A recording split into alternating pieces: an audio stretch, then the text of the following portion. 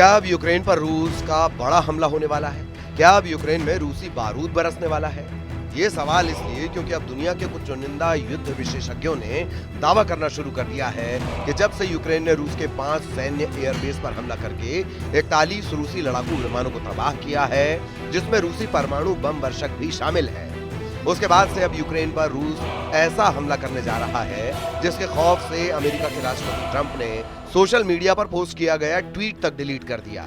दावा किया जा रहा है कि 75 मिनट तक फोन पर पुतिन और ट्रंप की चली बातचीत के दौरान पुतिन ने ट्रंप को दो टूक कह दिया है कि अब यूक्रेन को ड्रोन हमले का ऐसा जवाब दिया जाएगा जो कीव को खूनी गड्ढों में डुबा देगा। खुद ट्रंप ने अपने डिलीट किए गए ट्वीट में लिखा था कि पुतिन यूक्रेन पर बेहद बड़ा हमला कर सकते हैं। पुतिन की चेतावनी और इरादों के बाद से नेटो ने यूक्रेन को नेटो सदस्य बनाने वाली मीटिंग से दूरी बनानी शुरू कर दी है। खबर तो यहाँ तक है कि रूस में कई वॉर एक्सपर्ट्स और पुतिन समर्थकों ने यूक्रेन पर परमाणु हमला करने की मांग शुरू कर दी है। भले ही यूक्रेनी हमलों को पश्चिमी देश शानदार कहें और हमले को पर्ल हार्बर हमले से जोड़ें, लेकिन रूस पर हुए इस ड्रोन हमले ने रूसी सेना को बेकाबू करना शुरू कर दिया है। ज़ेलेंस्की को लग रहा था कि रूस पर भीषण हमला करने के बाद अमेरिका उसका अंधाधुंध साथ देगा और नेटो यूक्रेन को नेटो का सदस्य बना सकता है, लेकिन ये सारी प्लानिंग ज़ेलेंस्की की फेल होती नजर आ रही है। 75 मिनट तक चली फोन पर बातचीत में पुतिन ने ट्रंप से कुछ ऐसा कह दिया है जिससे अमेरिका के भी होश उड़ गए हैं। जिस तरह से यूक्रेन ने ड्रोन हमलों से रूस के 5 सैन्य एयरबेस को निशाना बनाया, उसने पूरी दुनिया को दंग कर दिया है।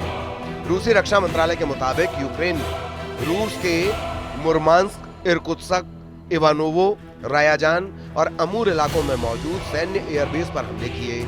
यूक्रेन ने एयरबेस पर FPV यानी फर्स्ट पर्सन व्यू ड्रोन से हमले किए, लेकिन इन हमलों के 52 घंटे बाद ही रूस ने ऐसे खौफनाक हमले यूक्रेन पर शुरू कर दिए जिसने राष्ट्रपति ज़ेलेंस्की और राष्ट्रपति ट्रंप को हैरान कर दिया है।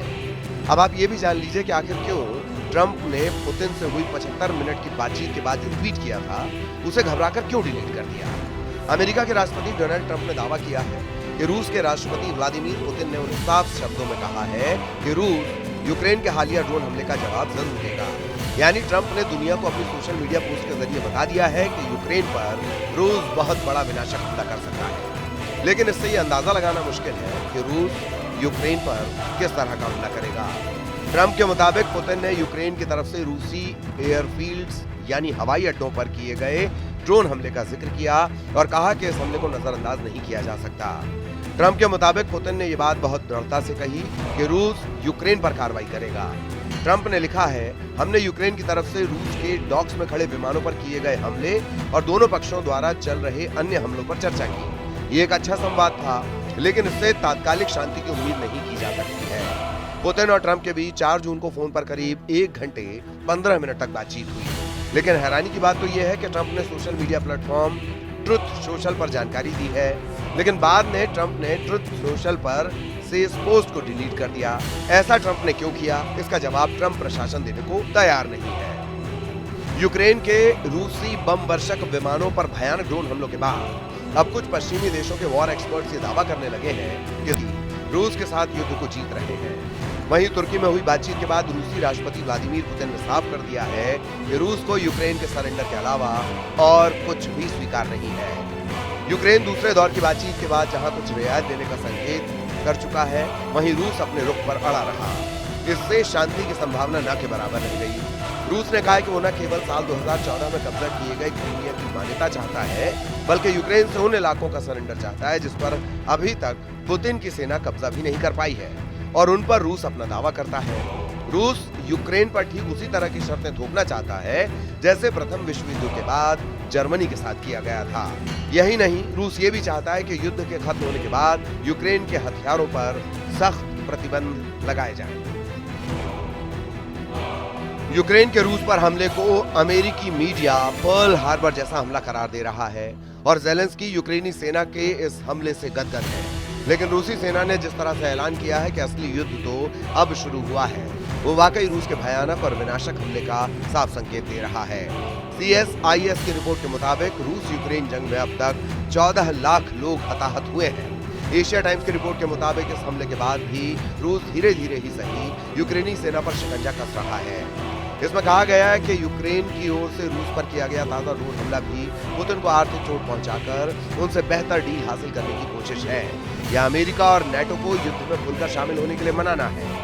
यूक्रेन की ओर से नई रणनीति की शुरुआत अगस्त 2024 में रूसी इलाके कुर्स्क पर हमला करने के साथ शुरू हुई, लेकिन राष्ट्रपति ज़ेलेंस्की की ये प्लानिंग फेल होती नजर आ रही है। अमेरिका ने साफ कह दिया है कि रूस पर यूक्रेन ड्रोन हमला करने जा रहा है।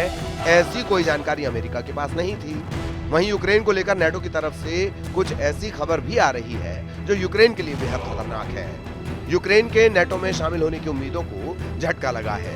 मीडिया रिपोर्ट्स के मुताबिक आगामी नेटो शिखर सम्मेलन में यूक्रेन की सदस्यता पर कोई चर्चा नहीं होगी। नेटो के एक राजनयिक ने कहा है कि वे इस मामले पर जानबूझकर चुप्पी साधेंगे ताकि अमेरिका और यूरोप के बीच तनाव न बढ़े। यूक्रेन के राष्ट्रपति व्लादिमीर ज़ेलेंस्की इस सम्मेलन में मौजूद रहेंगे, लेकिन उनसे नेटो से कोई औपचारिक बातचीत नहीं होगी। रूस जिरकॉन मिसाइलों से बड़ा हमला कर सकता है। इसे रूस की रक्षा प्रणाली में सबसे आधुनिक और घातक हाइपरसोनिक मिसाइल माना जाता है। ये जिरकॉन हाइपरसोनिक एंटीशिप मिसाइल है। ये मिसाइल हाइपरसोनिक स्पीड यानी ध्वनि की गति से 9 गुना तेज चलती है, जिससे इसको पकड़ना या मार गिराना लगभग नामुमकिन हो जाता है।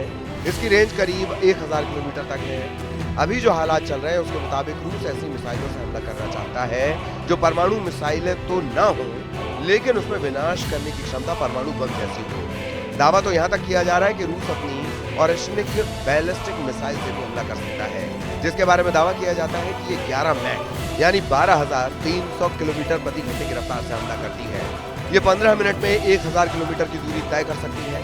ऑरेशनिक मिसाइल में 6 वॉरहेड्स होते हैं, जिनमें से प्रत्येक में 6 हथियार और विस्फोटक भी होते हैं। रूस की ऑरेशनिक बैलिस्टिक मिसाइल के बारे में दावा किया जाता है कि ये इसका तापमान सूरज की सतह के बराबर पहुंच जाता है जब ये अपने लक्ष्य को तबाह करती है।